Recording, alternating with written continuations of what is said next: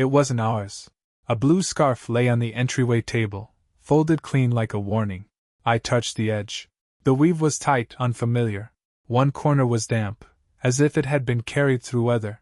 I lifted it to the light and found no tag. The day tilted. She came in soft and quiet, still holding the keys. I kept my eyes on the scarf.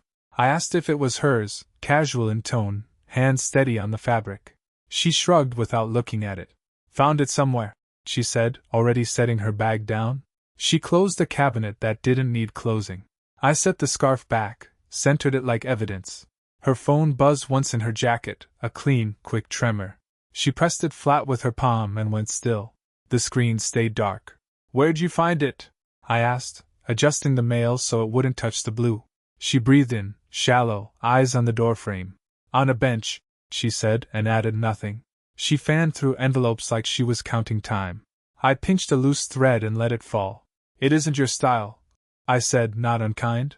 She half smiled at the shoe mat. It's just a scarf. The words came light, then ended early. The air pressed tight around the table. She reached to move the scarf aside but stopped short of touching it. I picked it up first and hung it on the lowest hook, where we kept spare masks once, winter things before that. She walked past it with a small pivot, shoulder turned away. She avoided letting it brush her sleeve. Her phone buzzed again, distant in tone, the kind that skips into silence. She checked the wall clock instead of her pocket. I should go, she said, fixing her zipper, gaze slipping past mine toward the glass pane in the door. The zipper stuck, then yielded. I nodded once and stepped aside. She slid her shoes on without sitting, heel flattened, then corrected it with a small stomp. The keys clicked against the lock while she watched the scarf, quick glance, then away. She left the door a sliver open until the hinge caught. When the latch settled, I took the scarf down and felt along the hem. A thread had been burned clean, precise, no fray. I set it back on the table, not folded now, edges exposed. It looked patient. I stood there longer than needed, listening to the stairwell breathe. The hallway light hummed and cut out, then hummed again and stayed. I didn't move it to a drawer. I left it where the door would see it first.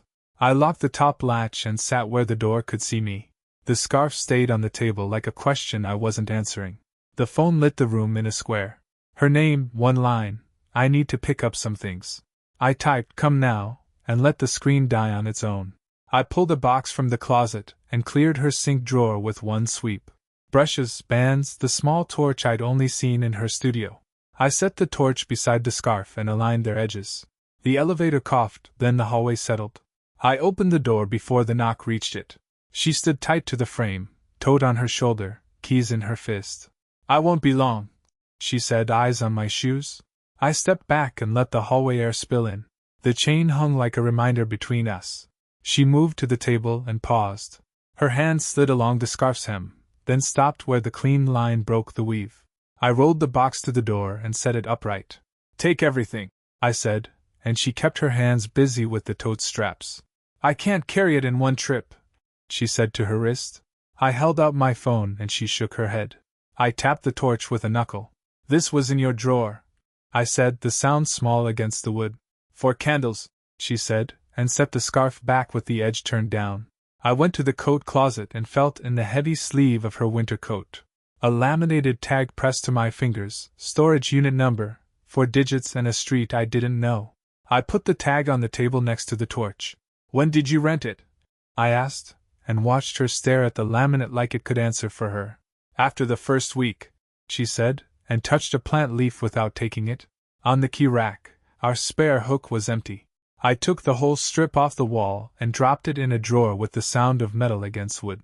"Leave your keys," I said, and held my hand open until she let hers slide into it. The missing weight told its own story. She pointed at the bookshelf. "Can I take those?"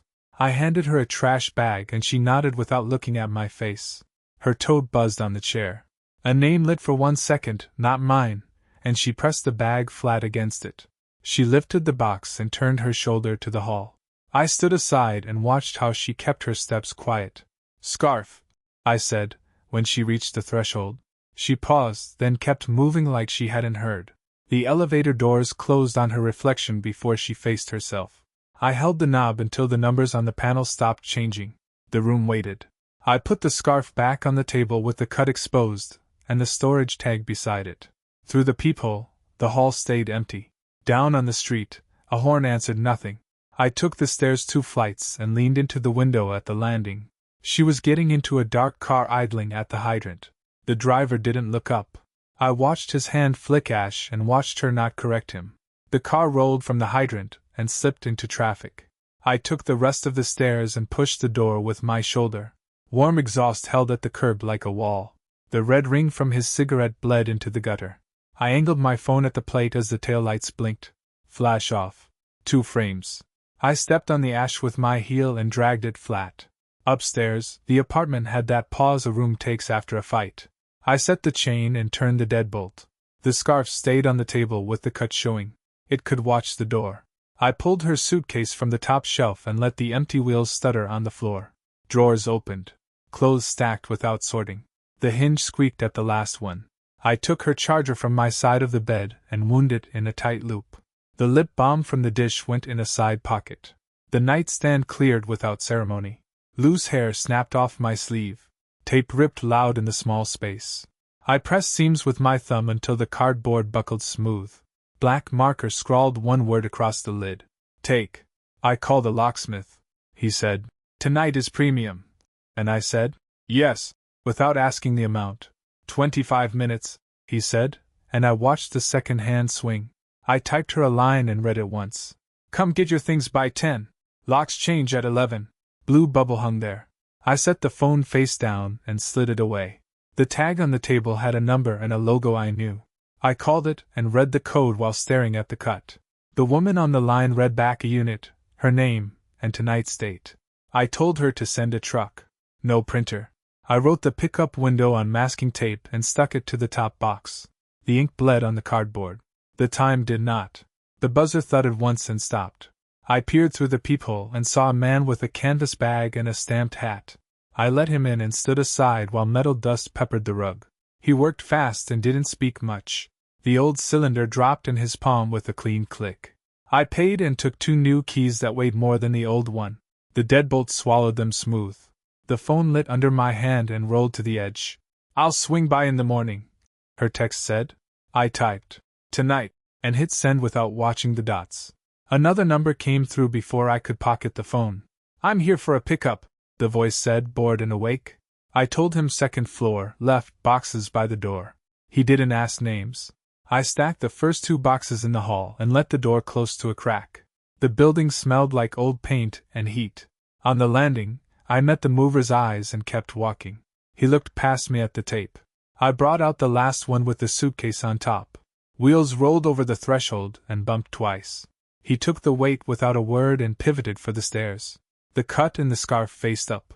We went down slow because the stairwell turned tight.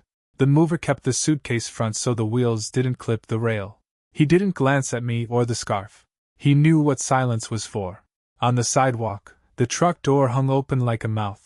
Heat rolled out of it, and the smell of cardboard glue. He slid the suitcase in and stacked the boxes in a neat spine. They fit without a plan. A horn snapped once from the street. The driver tapped the wheel with 2 fingers and watched the door. I kept my hands in my pockets and the keys bit skin. The tape seams stared at the sun. She came down empty-handed, breath thin from the stairs. Her hood was up though the air didn't ask for it. She stepped aside to let a stroller pass and kept her face turned. The scarf stayed cut-side showing.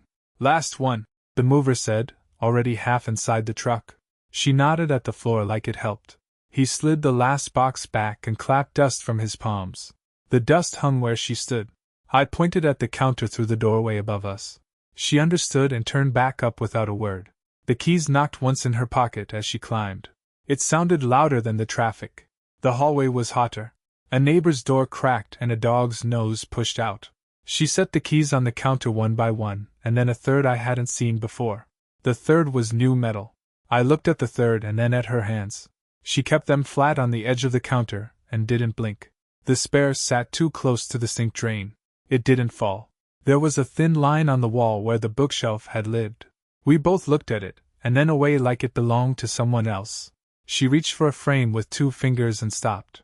The glass had a bloom across it. "Leave it," I said, and took it from her and set it face down in the trash. She rubbed her thumb once along the scarf's cut like checking a seam. The cut didn't catch. The fabric had given up. The mover filled the doorway and held out a clipboard. He didn't make me look at him while I signed. The total was less than the number she had texted last week. He folded the receipt like it didn't matter. Outside, a bike clipped the curb and kept going. She held the strap of her bag and watched nothing. I told her to leave the address with the office. She didn't argue and kept her eyes on the truck. The door rolled down with a rattle that hit the stomach. The driver checked his mirrors and pulled away without ceremony. She didn't wave at me or the building. The truck took the corner without a brake. We stood with the engine noise thinning. She shifted her weight, and the cut thread caught on her ring for a second. She freed it without looking. She stepped back toward the stairs. Upstairs, the room had more echo than light. I slid the keys apart and kept the old pair. The new one went in the drawer by the sink. The drawer closed clean. On the floor under the window, one screw waited where the table had been. I balanced it on my finger and then let it drop back. There was a pale square on the paint you could only see at this hour. It matched her shadow once. I shut the drawer and pocketed the old keys. The new one stayed under the tea towels where metal goes quiet. The screw rolled once on the floor and stopped against the baseboard like it understood the wall. The closet had a half-inch of dust where her shoes cut their line. One dry cleaner sleeve swung by itself and brushed my wrist. I tore it open and let the plastic fall in a single sheet. My phone lit the room like a small interrogation. Her name slid up with 5 words and a dot. "Did you water the fern?" It read while the pot sat chalk dry under the window. I turned the faucet and held the pot under it until the soil burped air. "I'll leave it downstairs," I typed, then set the plant by the door with the blue mug and the new key balanced on the rim. From the window I watched the street set up its story. A silver Prius nosed and crooked, hazards beating a slow, cheap pulse. The driver got out and looked at the number, then his eyes flicked to the second floor. The back door never opened. An arm reached between seats, bracelet catching the streetlight, and the mug disappeared into the dark interior. The key went last, pinched like a coin, easy to spend. I wrote the plate on the edge of a takeout menu and folded it once. No names, no questions, just letters and numbers you can hold against the window later. In the hall closet a brown tube hid behind the vacuum. Inside it, for sheets curled tight, a lease, 2 bank forms, and a photocopy of a blank key. The lease had a date I recognized for what it was. I laid the top page flat with my palm until it stopped trying to return to itself. The address was across the river, small print clean. The signature had her quick, sideways tail at the end. I put the papers under the cutting board and washed my hands like ink could spread. The plate number went in an envelope with the screw, closed with one piece of tape that didn't need help. The utility apps opened and signed out of her names without incident. The joint calendar gave up Thursday nights with a small digital pop. A hair tie in the third drawer down went to the trash without ceremony. I locked the door from the inside and reset the code 1 digit over. The deadbolt slid smooth and final, no catch, no argument. The hallway breathed once and then went asleep. The fern stood by the door with a dark ring under it where water had escaped. I moved it onto a plate like a guest you don't intend to seat. The plate was the one she always wanted clean. I took the plate back to the sink and washed it again. No reason. Habit finishing itself. I dried it with the clean towel and left the towel folded, edge-aligned to the counter. The plate stayed under the fern like a lid. The bedroom closet held her suitcase half unzipped. I pulled the tab and the teeth answered clean. Fold, stack, press, no ceremony. The suitcase made a hard square on the rug. Bathroom next. Toothbrush into a zip bag, the glass rinsed, 2 strands of hair off the tile. A hair tie clung to the drain lever like it had rights. I slipped it off with the blade of my thumbnail. My phone lit against the counter in the empty kitchen. Her name, 1 line, nothing warm. The text read, "Code changed?" in a sentence with no extra parts. I typed, deleted, typed again with both thumbs flat. "Knock when you're here." I set the phone face down and let it go dark. I pulled her shoes from under the bench without looking at the scuffs. One heel had a nick like a bite. Tape, marker. Her name on the box lid because clarity keeps people honest. The tape hissed and sealed. I set the boxes by the door and cleared the mat. Dust came up when I shook it, a cloud that went nowhere. I wiped the peephole with the hem of my shirt and stood to the side. The hallway was quiet and thin. The elevator dinged once like it was warning the building. Steps paused, then came on steady. She stood there with a tote against her hip, hair tied back. She didn't reach for the handle. I opened the door on the chain and let the gap stay small. She glanced at my hand like it was a document. "Thank you," she said, eyes past my shoulder. The chain held the line. I passed the first bag and she shifted to take the weight. "The gray sweater," she said low, like we were in a library we never shared. I nodded once and walked to the dresser without hurry. It was in the second drawer, folded by the window. I took it and ignored the note she had pinned into the cuff months ago. I didn't open it. The sweater slid through the gap without touching skin. "Can I use the bathroom?" She kept her voice in neutral, the way she used it when the rules changed. I looked at the floor beyond her shoes and then at the elevator light. "Lobby has one," I said. The gap stayed exact. She tried one more line and kept it polite. "This is sudden." I watched her adjust the tote strap until it stopped squeaking. "It took time," I said. She nodded like a person agreeing to a schedule. The neighbor from 4C came up with groceries and slowed in the spill of our silence. He shifted the bag to the other hand and stared at the door frame over my shoulder. "Evening," he said to no one in particular. The corridor moved him on. "The book," she said, eyes on the toe of her shoe. "Top of the shelf."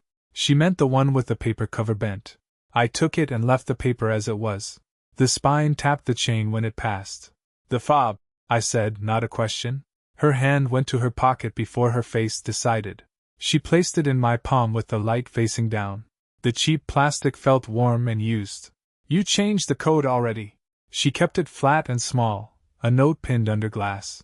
I kept the fob on my key ring and let the rest hang. "The door's the door," I said. The chain clicked twice without sound. She looked past me at the living room and at the plant plate like it mattered. The tote slid down an inch, and she lifted it back without complaint. The elevator dinged again, impatient now. Some machines don't wait. She gathered the last box, angle correct, weight controlled. "I left the pan," she said, like it was part of a ledger. "I saw," I said, and didn't move. The ledger closed by itself. She tilted the last box against her hip. I shifted into the doorway and lifted my palm.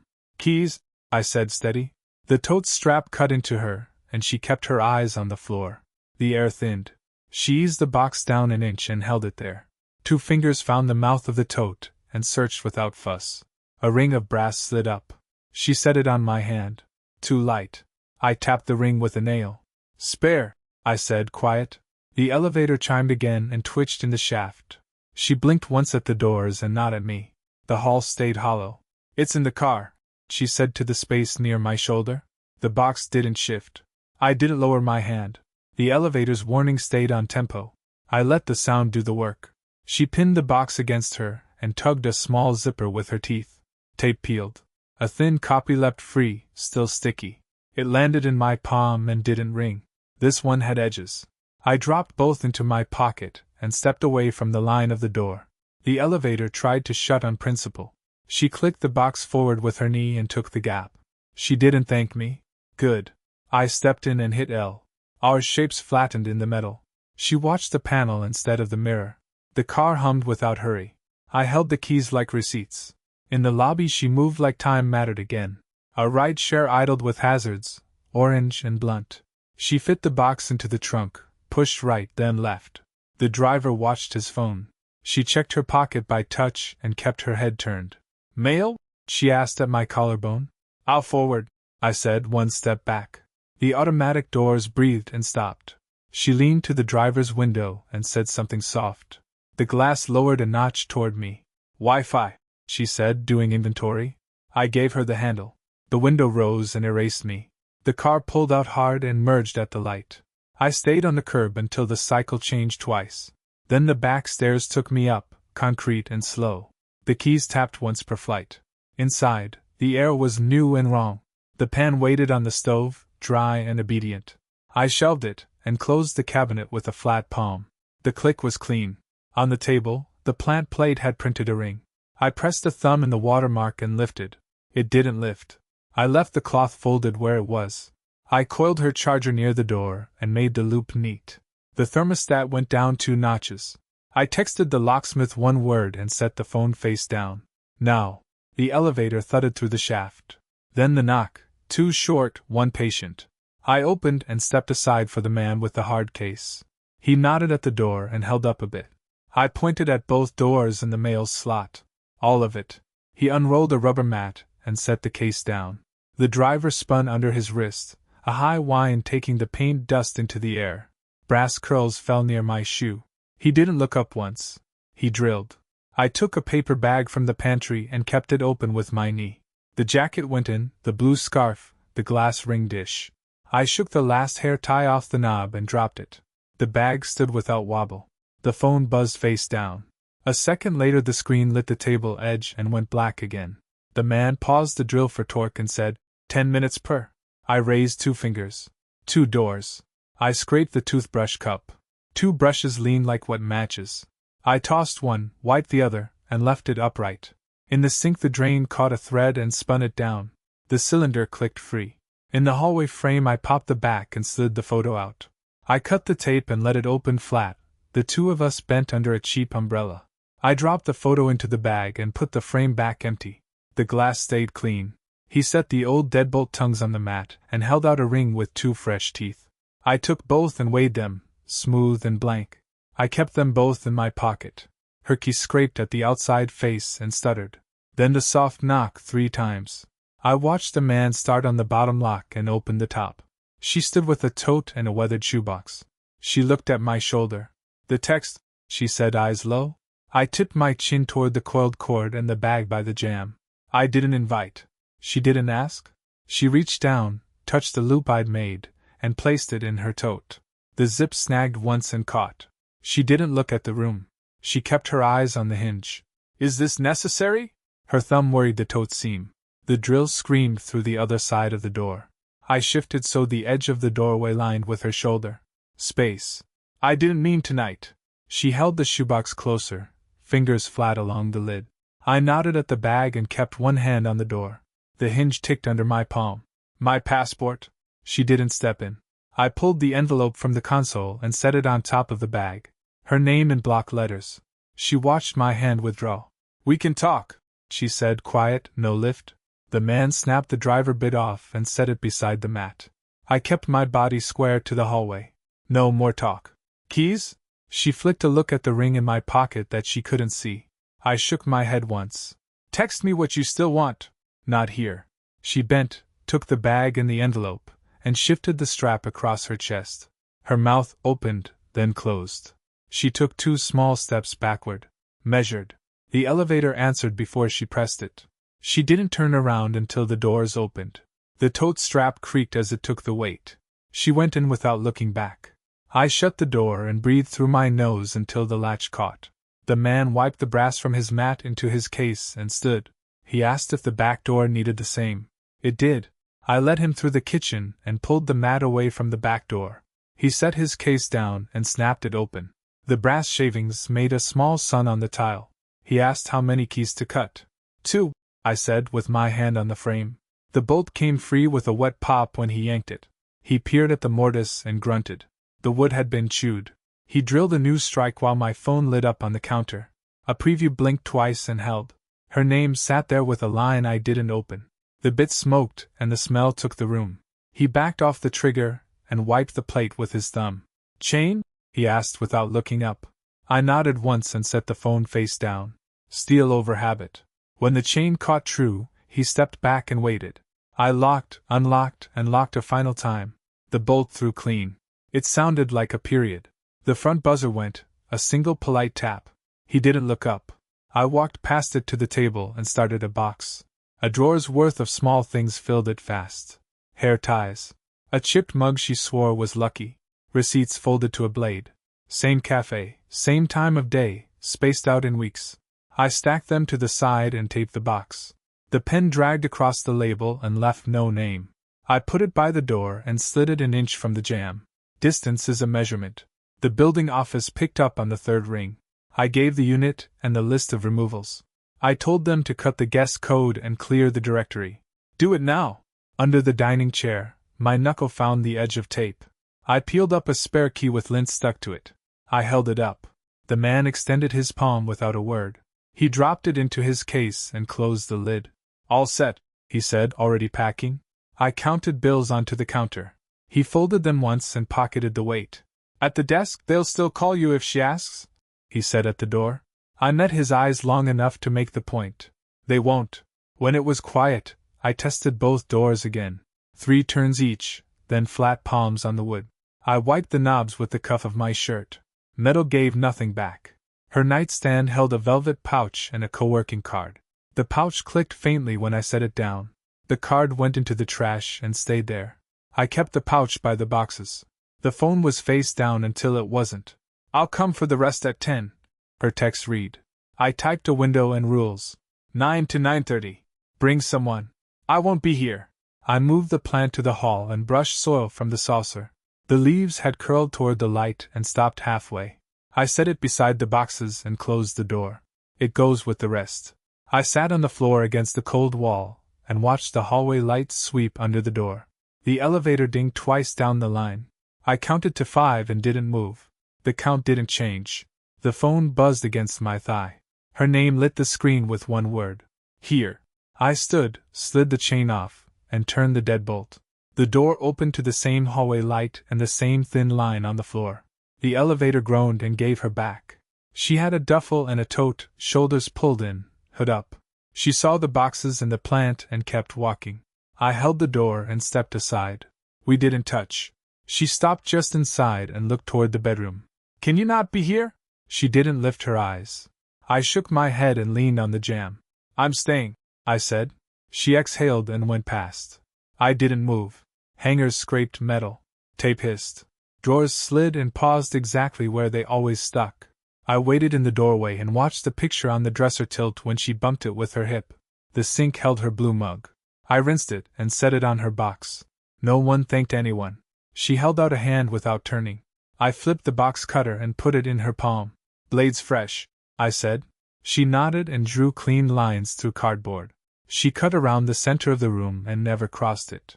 She noticed the plant by the boxes and crouched. She pressed the soil with 2 fingers and checked the saucer. You watered it? The voice was flat. Enough. She lifted it halfway, studied the curled leaves, and put it down. It stayed. Her phone pulsed on the dresser. She touched the screen without unlocking it and turned it face down. The wall clock ticked into midnight. A neighbor's door opened and closed.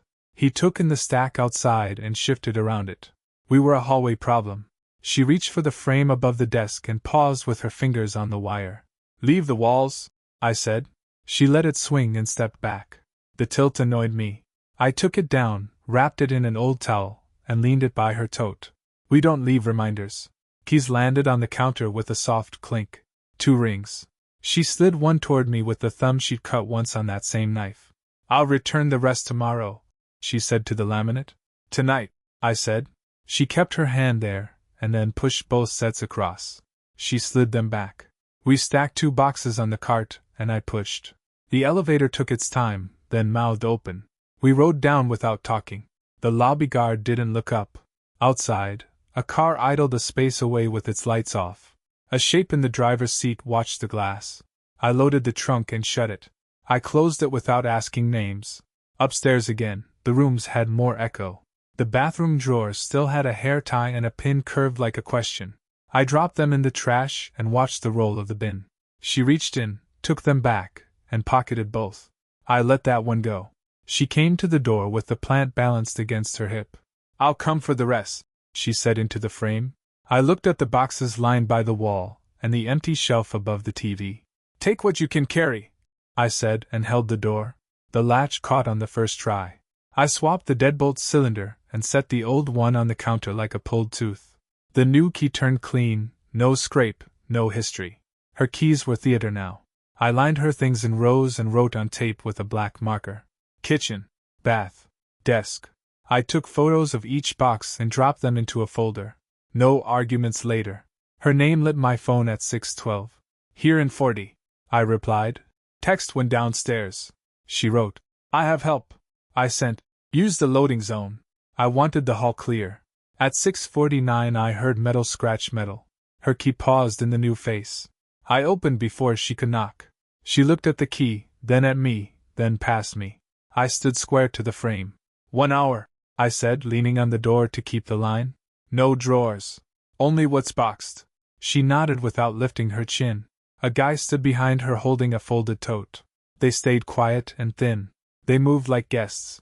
She set a tote down and went straight to the bathroom. The drawer slid a thumb width. I said, "Leave it." She held still, then shut it with 2 fingers. I tapped the box labeled bath and pointed. We both watched her hands. The guy reached for the cast iron on the stove like it was part of a set. "Leave the pan," I said, still against the door. He glanced at her. She rolled one shoulder without a word. He put it back without a scrape. "Not everything goes." She stopped at the empty shelf and traced a line through dust with the side of her hand. "You did this fast," she said to the air. I shrugged and moved a box with my foot closer to the door. We were efficient. She opened the closet and reached for a gray hoodie that had learned her shape. I didn't move. "That stays." She rubbed the cuff with her thumb once, then slid it back on the hanger. Old habits back on the hanger. Between trips she stood by the counter and touched the 2 brass keys I'd set there. "Mailbox?" she asked, watching my mouth. "Forwarded," I said. She lifted the keys from the counter like they were warm and dropped them into her pocket. She took them like evidence. They hauled in and out 4 times. The building fan did its slow cough each time the door opened. On the last pass she saw the frame by the sink, glass removed.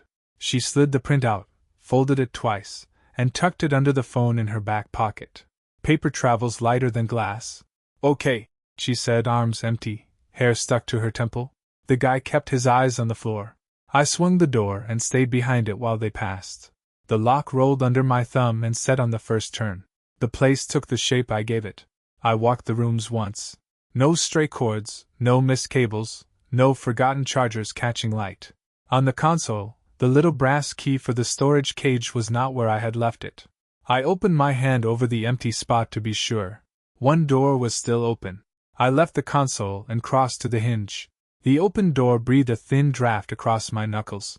Inside the closet, 2 empty hooks and a clean rectangle where a box had sat. I shut it with my fingertips and kept my shoes soft on the hall. The light under the door died. The elevator came up slow. I watched myself in the stainless and straightened one cuff. The button light bled against my thumb while the car sank. The building ribs vibrated under the hum. Motion lights through the basement into slices. Chain link, dust, a spare dolly against the wall. Our cage was halfway open, the padlock hanging with its mouth parted. The sound of tape pulling off cardboard came and stopped. She was inside on one knee, hoodie sleeves shoved to her elbows. One tote was full, one flat box leaned against her shin.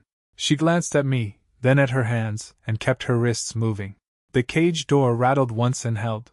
I moved to the side and watched her sorting by the handwriting on the lids.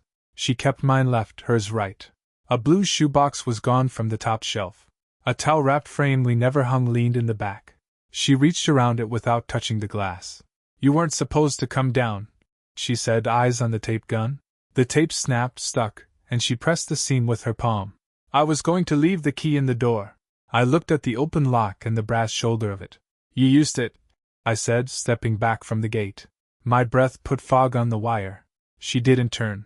She stood with the tote against her ribs and waited for me to move. I stepped to the pinch point and gave it to her. Our sleeves brushed. She didn't slow, didn't look, just let the bag adjust once at her hip and took the corridor without a word. The echoes fell in order. I went in and checked the shelves with my fingers. The labels matched the stacks. Her winter boots were gone. The tarred rope we kept for the roof was still looped on the hook. On the middle shelf, the brass key lay on its side and made a small flat circle in the dust. I hung the lock through the mesh and turned it until the teeth hid. The gate took the close with a clean seat.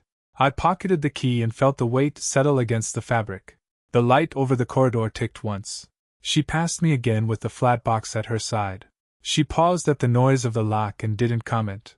One strand of hair had slipped loose and stuck to her lip. She cleared it with a breath and kept moving. The swing door to the stairwell took her and swung back. Upstairs, the hallway air was warmer. I let the deadbolt catch and set the chain. On the console, the gap was the exact shape of the key. I filled it and pressed the brass into place until it was flush with the wood. The room took the line. I checked each switch, each knob, each light. The last door I'd closed held. Out the window, the night lay flat and did not ask to be read. I left the rest as it was.